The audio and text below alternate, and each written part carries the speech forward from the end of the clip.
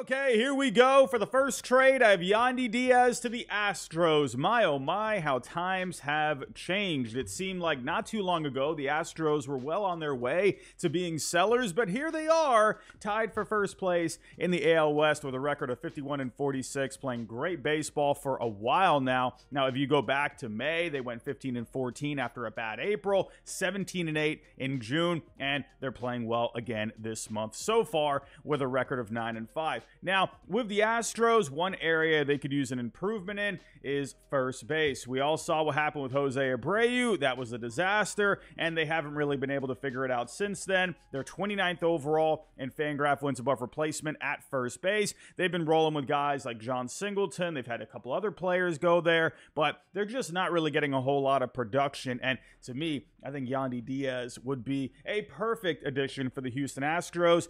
Taking a look at the numbers so far, hitting .273 with an on-base of .329, slugging at a .396. Those numbers are a little down from what we saw last year, where he hit .330, had a .410 on base, a .522 slugging. A great year from Yandy last year. But if you take a look here, he had a .367 BABIP last season. That's pretty high, so that's expected for that to come down, which it has. It's down to a .306, but he has been hitting a lot better as of late. The trade that I have is Yandy Diaz going to the Astros, and going back to the Rays, we got a couple of prospects here. We got a first base prospect in Zach DeZenzo, as well as Alonzo Treadwell. Now, I like these two prospects for the Rays here. When it comes to DeZenzo, right, this is a big guy, 6'5", has a big power tool graded at a 55. The hit is a little low. We've seen the Rays before. You know, they're all about going after some power bats. Maybe they can get that hit tool improved a little bit, but there's definitely, you know, some projection here in my opinion. The fact that he's just such a big dude,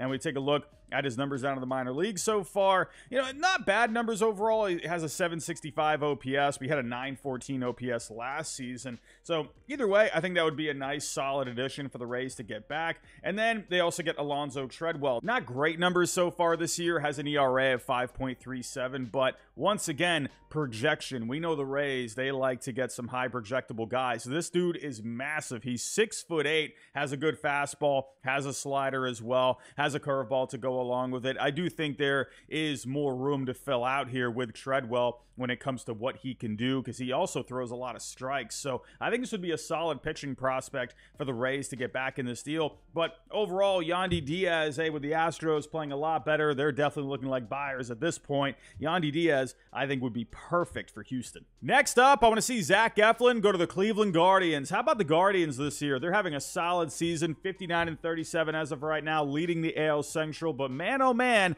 they could use an upgrade in this rotation. As of right now, they're 29th in starting pitching on the year. You know, sure, Tanner Bybee having another good year. Gavin Williams just came back recently. Ben Lively's been pretty solid, but, you know, Carlos Carrasco having a down year. Tristan McKenzie, Logan Allen got sent back down to the minor leagues. They did bring in Spencer Howard. Let's see if they can get him on track. He was a higher prospect at one point, but I feel like they could use a veteran addition to this rotation. I think Zach Eflin would be the perfect fit. ERA as of right now at a 4.14, but the FIP is at a 3.66. I think with Cleveland's defense behind him, I think he'll definitely have a much better looking ERA here. Tampa doesn't have great defense this year, so I think you would see an upgrade with the ERA. But Eflin also, he is barely walking anyone this year. He has a 1.12 walks per 9 as of right now. That's second overall in Major League Baseball. So again, I think he would be a solid veteran addition to this rotation. So the trade that I have, Eflin going to Cleveland and going back to Tampa. We got Juan Brito along with a couple of pitching prospects in Parker Messick and Jackson Humphreys. As of right now, Juan Brito is the number 6 prospect. You know, you're not going to get a lot of power with Juan Brito, but you're going to get a guy that gets on base. He's going to be good in the field as well. I think he would be a solid addition for Tampa. And then you get a couple of pitching prospects here. Jackson Humphreys, the number 13 prospect, has a pretty solid arsenal. Has a 55 fastball, 55 curveball, 55 on the slider. He was an 8th round pick a couple of years ago. When it comes to the numbers this year, you know, they're okay so far, but I think Tampa, you know, we've seen what they can do with pitching prospects in the past. I think that would be a nice addition for them. And then you also get Parker Messick. Again, you know, with him, you know, you're not going to get as complete of an arsenal. You're going to get a bit lower on the velocity there, not much with a curveball, but the changeup is a plus pitch for him, and he throws a lot of strikes. I could see Tampa liking that too. And he's having a pretty solid year overall, 3.54 ERA down in the minor leagues. Overall, I would love to see Eflin with the Guardians. I think they need to add something to this rotation. Speaking of pitching, I want to see Nathan Eovaldi go back to my Red Sox. How about my Red Sox? I was telling all of you coming into the year, don't be surprised that the Red Sox are in wild card contention, and here they are, exceeding expectations with a record of 53-43. They're a game ahead of the Royals for the third wild card spot, and a big reason for the Red Sox success this year has been the pitching. Tanner Houck, he's having himself a breakout year. Cutter Crawford having a solid year. Nick Pivetta had some, ups and downs earlier on, but he's been pretty solid for the most part. Cooper Criswell, even the $1 million man, he's actually done some things here. Brian Bayo, though, having a pretty down year. A lot of people were expecting him to take a step forward this year, and he's taken a bit of a step back. Now, I think for the second half, the Red Sox, they got a tough schedule coming up. They got a lot of tough teams ahead, and I think getting a guy like Nathan Eovaldi, he's been there, done that in Boston. I think he would be perfect to add to this rotation for the stretch run. And for me, when it comes to the Rangers, I know a lot of people say, oh, the Rangers, they're not going to sell. But listen, I know they're 5 back in the division here. They're 7.5 back in the wild card race. It's not completely over here for the Rangers. So I'm going to have a little bit of pause here. So let's see how they do over the next couple of weeks. But if they're out of it, I think you have to move some pieces. And I think Nathan Eovaldi would be the guy to move. And he's having himself a solid season. 17 starts, ERA at a 3.36, FIP at a 3.92, a little bit higher. But Nathan Eovaldi, I think, would be a great addition for the Red Sox. One thing to consider, he does have a vesting option. If he gets 300 combined innings from last year and this year, he will get his option vested for 2025. It looks like he's on his way to getting that. He needs around 50 more innings. I think he will end up getting that. I think for the Red Sox, they should add someone like him, and I think that would also boost clubhouse morale there. It's not going to cost all that much, considering the fact that, he has that vesting option, for next year, and, he's 34 years old at this point, has a bit of a track record there with the injuries, so he's not going to cost a whole lot. So here is the trade that I have. Nathan Eovaldi going back to Boston and going to the Rangers. We got Nick York, Yordany Monegro, and Johanfran Garcia. Now, Nick York would be leading the way here, the number 6 prospect. Now, the problem with Nick York is he's completely blocked in this system. The Red Sox have so many infielders at this point, but you also have to consider the fact, too, you have some roster risk with Nick York. At some point, the Red Sox are going to have to make a move of whether or not they add him to the 40-man roster. If not, then he'll be up for grabs in the Rule 5 draft. And, with how many infielders the Red Sox have, you got Vaughn Grissom, obviously, on the 40-man roster. They're going to need to do something here with Nick York. And I think this could be a good way for them to, use his value while there still is some. And he's having a good year down in the minor leagues. Got a pitching prospect here in Yordany Monegro. Not great numbers overall, but there is some projection here. 6'4", has a nasty curveball in his arsenal. I think there's something to work with there. And then we have Johanfran Garcia, the number 23 prospect, catching prospect, very young, having a really good season down in Single A when it comes to the defense at catching. He's got a pretty good arm. He's going to be a pretty fine defender for the most part. But the Red Sox, they got Kyle Teal in their system. That's going to be the next catcher of the future. So I feel like someone like Garcia is definitely expendable here. I think for the Red Sox, I think this lines up for them to make a move. Will they do it? I don't know. Will the Rangers sell? I don't know, but I would love to see it happen. Sticking with the pitching, I want to see Eric Fetty go to the Milwaukee Brewers. How about the Brewers? Once again, playing great baseball this year. It seems like every year we want to count them out, but here they are, leading the NL Central with a record of 55-42. Not playing great baseball as of late, 3-7 in their last 10. I want to see them make an upgrade in the rotation. They're 25th overall in starting pitching on the year. That was expected. You traded away Corbin Burns in the offseason. Yeah, you got Freddie Peralta, but after that, you got a few other guys that are pretty decent here. They did pick up Aaron Savali. I thought that was a nice move. You got Colin Rea, Tobias Myers. You're going to have Joe Ross come back in a little bit, but I feel like they needed a little something here, and one guy I think would be perfect would be Eric Fedde, having himself a great year with the White Sox. They're definitely going to be selling this trade deadline. ERA at 2.99, FIP at a 3.54. But why I think he would be perfect is the amount of ground balls that he gets. A 46.5 ground ball percentage. That ranks 18th overall in Major League Baseball. Combined with the fact that the Brewers infield ranks 4th overall, I think that's perfect if you ask me. So the deal that I have, Eric Fedde going to Milwaukee, going back to the White Sox. We got Tyler Black and Brett Wachowski. Now, Tyler Black, he's an interesting case, right? When it comes to Tyler Black, he is the number 3 prospect in their system, but he's kind of an oddball first baseman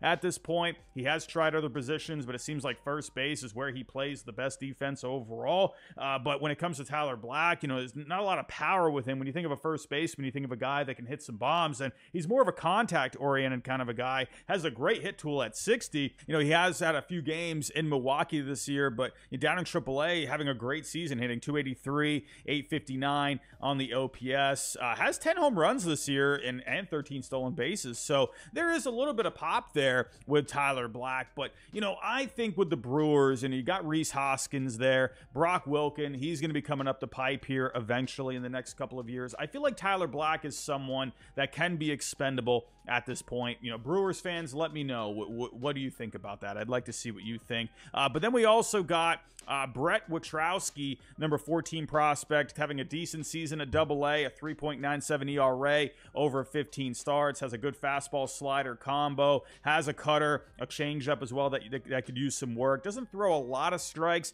at this point, but I think just a solid pitching prospect for the White Sox to add to their system as they rebuild. He's still a little further away too, so you can develop him a little bit more.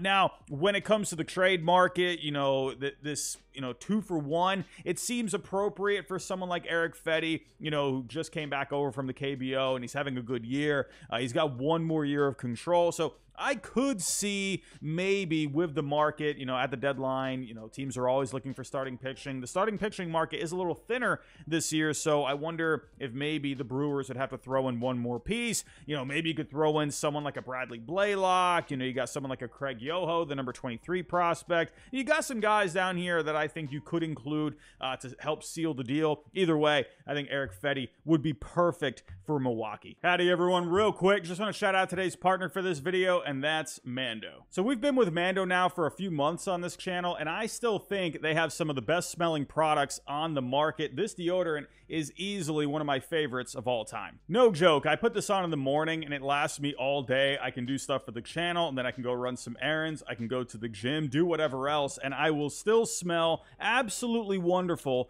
by the end of the day. And this body wash right here, the bourbon leather, it makes me smell more like a manly man. I love it. It is absolutely fantastic. And when it comes to their deodorants, they have a bunch of other scents as well, but they don't just have it in solid form, they also have it in cream form as well. I'm telling you, this stuff is a game changer. I keep it in my gym bag. Sometimes after the gym, I gotta go run a quick errand, I gotta go grab some groceries, maybe grab some dinner on the way home. And yeah, I'd like to go shower first if I can, but if I don't got the time, I can just throw this stuff on some areas of my body that I'm not gonna talk about, and it helps me smelling fresh. And when it comes to all three of these, you get them all in the Mando starter pack, and with my code HYDE, you get $5 off. That's over a 40% savings. That is a great deal. So head on over to shopmando.com, use the code HYDE to get $5 off on your starter pack so you can be on your way to smelling wonderful. So with that said, let's get back to the trades. Let's get back to some bats. I want to see Jazz Chisholm go to the Pittsburgh Pirates. How about the Pirates this year? It's been the Paul Skeens show, but they've been playing great baseball as of late. They've won 5 straight games, 7-3 in their last 10. They're half a game out in the wild card race, but this team really needs a bat. If we take a look at the overall leaderboards, they are 27th overall in offense. Like I've said, they've been getting the pitching. Paul Skeens, Mitch Keller's been great. Jared Jones had a great year, dealing with some injuries right now, but Pittsburgh, they're fine on the pitching side of things. Bullpen's been solid for the most part. They need a bat here. And when you take a look at Jack Sawinski in center field, he's just not getting it done this year. A negative 1.2 Fangraph wins above replacement. A batting average, on base, slugging, WRC plus have completely tanked this year. They need an upgrade, and I think Jazz Chisholm would be the perfect piece here. Now, when you take a look at the slash line, the WRC plus, they all seem pretty average for the most part, hitting 251, OPS just a little over 720. Got a WRC plus at 102, but he brings power and speed. You know, that's something you don't really see too much of. You know, he's got 19 stolen bases, on pace to set a career high there, and 12 home runs on the year as well. And he's going to play center field and can play second base as well, so he has some versatility there. I think Jazz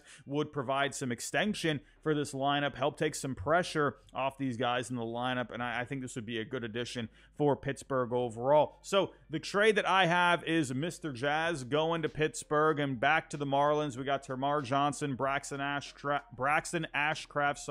Hunter Barco, and Jack Sawinski. Now, the value you see here, 35.8. You have to remember with Jazz, even though those numbers might seem pretty average overall, like I said, though, you know, he gives you the power, gives you the speed, but he has a couple more years of control after this year, and he's really cheap. He's making less than $3 million this year. So when you combine all of those factors, it is going to cost you something to get Jazz Chisholm. And I think for the Marlins, if you could get someone like a Termarr Johnson, who is number 2 in their system, just hasn't fully put it together this year. The on-base skills are elite. Coming out of high school, this guy had a great hit tool, mainly due to the fact that he was a good hitter, but he just had such an advanced approach at the plate. Still just waiting for that bat to come along, and I think he will get it going here eventually. Was in the futures game. I think you're going to see Termarr Johnson get his career going here, and I think that would be perfect for the Marlins. They need bats in that system. I think he would be great, but we know the Marlins, they can also develop pitching, so I also got Braxton Ashcraft, the number 5 prospect, having a great season down in the minor leagues this year. ERA at a 2.88 over 13 starts in 15 games. And then we also got Hunter Barco, the number 12 prospect, also having a good year in high A. And with the Pirates, they got so much pitching in this system. I feel like, you know, these guys can be pretty expendable. And then Jack Sawinski. Let's get a change of scenery for this guy. He still has a lot of control. He's not a free agent until after 2028. So I think overall for the Marlins, you know, they get some young prospects here. Maybe they can get Jack Sawinski back on track. But for Pittsburgh, I think this would be a great addition. Get some energy into that lineup. Get some jazz into that lineup. I think that would be really nice overall. And last but not least, I want to see an absolute blockbuster. I want to see Garrett Crochet and Luis Robert go to the Dodgers. Now, I know what you might be thinking here. No way that the White Sox put Garrett Crochet and Luis Robert in a package. They trade them separately, try to maximize the value. However, I could definitely see a situation where they could put them in a package. Now, you got to think here with Garrett Crochet, right? He's going to be on an innings limit down the stretch, probably going to be in the bullpen down the stretch, you know, in the postseason, probably going to be taking more of an Andrew Miller 2016 kind of a role. You put him in high leverage situations, maybe multi-inning situations, right? And then Luis Robert, on the other hand, now he's had, you know, the injury history, right? Just had a hip injury this year. He is starting to get it going with the bat, but that is a bit of a question mark. So those two things might maybe diminish the value of those guys a little bit. So maybe if you put them together, you could end up getting a really hefty package here. And even Pat Ragazzo did post the other day that the Dodgers are looking at both Crochet and Luis Robert. So I don't think it's completely out of the question for this to happen. And again, this is trades I want to see. I want to see the blockbuster. I want to see the drama. I need it. And I know Dodgers fans would like this too. Now, when it comes to the Dodgers, right, they've been getting a lot of injuries lately, and they definitely could use a boost in both the lineup and on the pitching side of things, right? Garrett Crochet, I think, would actually be perfect for the Dodgers. You're going to have Glasnow, Yamamoto back. You got guys that can start postseason games. There's no question there. And so with Crochet, I think you have the flexibility to where, he can pitch in those, interesting, parts of the games, those high leverage part of the games, and he can come in different situations. I think that's actually a good spot for him. And then Luis Robert, right? You got Ohtani, Mookie's going to come back eventually. You got Freeman, you got Teoscar, but it feels like the bottom of the lineup has been lagging a little bit. And Luis Robert, he's just going to extend that lineup, and he would be an upgrade over James Outman. I think this would be a great package if the Dodgers can get this done, and we know they have the prospects to get it done. And just going over the numbers really quick, Garrett Crochet having a breakout season, ERA at a 3.02, FIP at a 2.37, almost has a 4 Fangraph wins above replacement. This guy's awesome, and you're going to have him for 2 more seasons after that, so that's not bad if you ask me. And Luis Robert, the numbers are starting to come around a little bit. The batting average, the on base were pretty low after he came back from his injury, but those numbers are starting to creep back up here. He's still hitting for power, and he's going to play good defense out in center field. I think with Luis Robert, when it comes to the injury history, yeah, that's always something you look at, but I look at the upside of Luis Robert, the way he can impact a game when it comes to the bat, when it comes to the way he is in the field. I think you see more value there, at least I do, than, looking at the negative side of it. I think what he can do for your lineup could be game-changing at the end of the day. And he's on a team-friendly deal. I mean, I'm just saying. He's got a contract through 2025. He's got a couple of club options after that.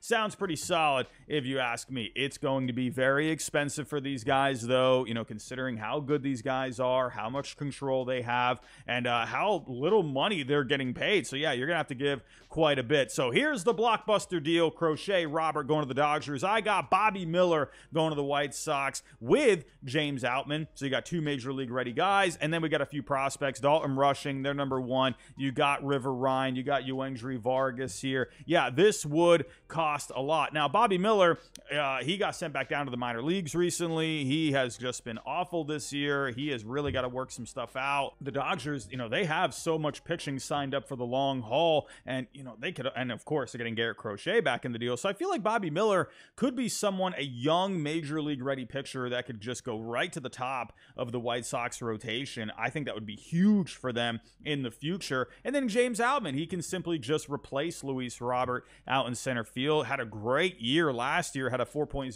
Fangraph wins above replacement. Again, having a down year, but I think he can get himself back on track, has a ton of control. He can be the White Sox center fielder for the next several years. And then we got a couple of prospects here. Now, Dalton Rushing is the number 1 prospect. He's blocked in the Dodgers system. He can play some other positions too, but when it comes to, catcher, Will Smith is there for the long haul.